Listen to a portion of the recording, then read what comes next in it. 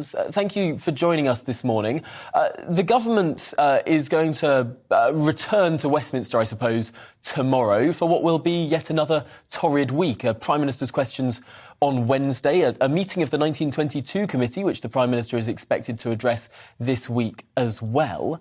It's very, very choppy waters for only a couple of weeks in to this new government. What's gone wrong? Well, Tom, I think it's fair to say that we have had a bumpy few weeks, but I don't see any need for that to continue.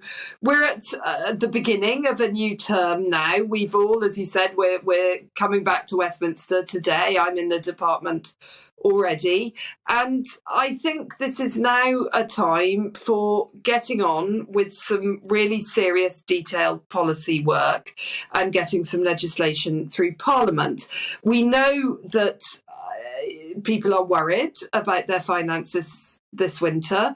You've been talking quite rightly about the dreadful global situation, and people are worried about the war.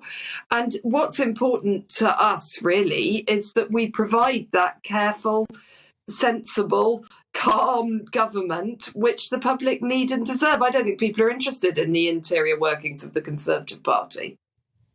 It's a compelling point you raise that this is really a government that will win, that will survive and thrive, or indeed fail on regard to policy and delivery. And yet that doesn't seem to be cutting through so much. I'm just looking at what's happened over the last few weeks. I mean, this morning, barristers have called off their strike. That's a significant win for the government. Just over a week ago, the ONS... I'm really pleased to hear that news. As a barrister myself, I think that's a really positive step forward and a good win, if I may say so, for our ministers in that department who've worked hard with the leaders of the bar to come to the right resolution there. But it's not just that that's gone successfully, of course. The ONS, just over a week ago, uprated growth forecasts, saying that the UK, in fact, is not in recession. Unlike the US, we're seeing economic growth. We've got lower borrowing costs, lower borrowing, I should say, as a total than France, than the US, than Japan, than Canada, than Italy. And there are some reports now suggesting that the Northern Ireland Protocol issue, that intractable mess, might well be close to a solution. Given that there is so much right going on in policy terms, that there is actually stuff that's being delivered, why on earth is that not cutting through to the polls? Is simply the communication in this government not up to scratch? Well, with respect, Tom, I think it's not as attractive necessarily for the media to talk about. So what I've come on to talk about today is another good news story. It's World Mental Health Day.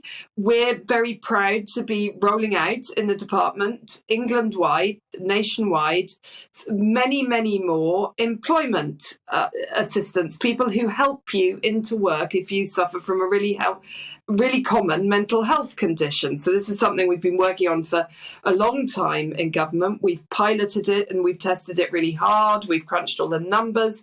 We know that it works. So if you're suffering from a mental health condition, say anxiety or depression or perhaps an eating disorder, you might well be receiving talking therapies. These employment coaches work alongside that talking therapy. You get maybe 10 sessions per person to help you either stay in work or help you into work and sort of support you and give you confidence as you grow the amount of work that you can do. So that's a good news story. Very little pickup. All anybody's really wanted me to talk about on the media round this morning has been internal squabbling in the Tory party. And I have to say that's just not my perception. My perception as a government minister is that we are cracking on with the job. And I think that message will percolate eventually.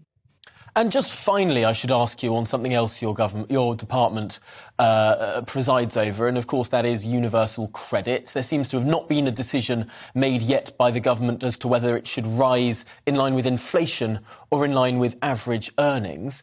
Is there a concern that if it rises in line with inflation rather than earnings, there's an unfairness there, that people who are not receiving universal credit will get less of an increase than those on benefits? Is that being factored into the calculation?